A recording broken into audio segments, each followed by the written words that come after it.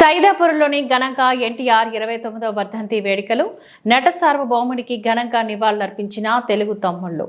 స్వర్గీయ నందమూరి తారక రామారావు 29వ వర్ధంతి వేడుకలను తెలుగుదేశం పార్టీ శ్రేణులు సైదాపురంలో ఘనంగా నిర్వహించారు.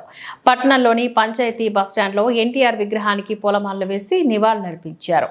పేద ప్రజల సంక్షేమం కోసం ఎన్టీఆర్ ప్రవేశపెట్టిన ఎన్నో పథకాలను నాయకులు గుర్తు చేశారు. ఈ సందర్భంగా మండల అధ్యక్షులు కట్టా మోహన్ కృష్ణారెడ్డి మాట్లాడుతూ తెలుగుదేశం పార్టీని స్థాపించిన 9 నెలల వ్యవధిలోనే అధికారంలోకి వచ్చారని, పేద ప్రజల సంక్షేమం కోసం ఎన్నో పథకాలను ప్రవేశపెట్టారని తెలిపారు. కష్టజీవుల కన్నీళ్లు, అన్నార్థుల ఆకలి నుంచి టీడీపీ పుట్టిందని, పేదలకు ఉపయోగపడే పథకాలను ప్రవేశపెట్టారంటూ గుర్తు చేశారు.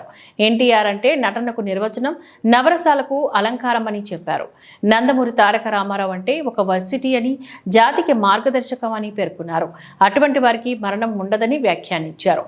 తెలుగువారి ఆత్మగౌరవం కోసం టీడీపీని స్థాపించారు అంటూ కొనియాడారు.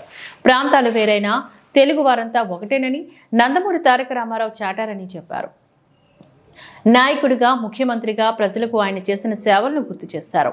ఈ కార్యక్రమంలోని నాయకులు కె సుబ్రహ్మణ్యం రాజు, ఏ సుబ్రహ్మణ్యం నాయుడు, మేడికొండ రమణయ్య నాయుడు, ఎం కృష్ణమ నాయుడు, రాజశేఖర్ రాజు, మోయిన రమేష్, నరసరాజు, పాములూరు శ్రీనివాసులు నాయుడు, పడ్డాల కిరణ్, చాగనం గ్రామ నాయకుడుకు రాఘవరెడ్డి, గుణింజల నాయకుడు వెంకటేశ్వర్లు రెడ్డి, ఆవుల కోటయ్య, గంగాదేవపల్లి కోటయ్య నాయుడు తదితరులు పాల్గొన్నారు.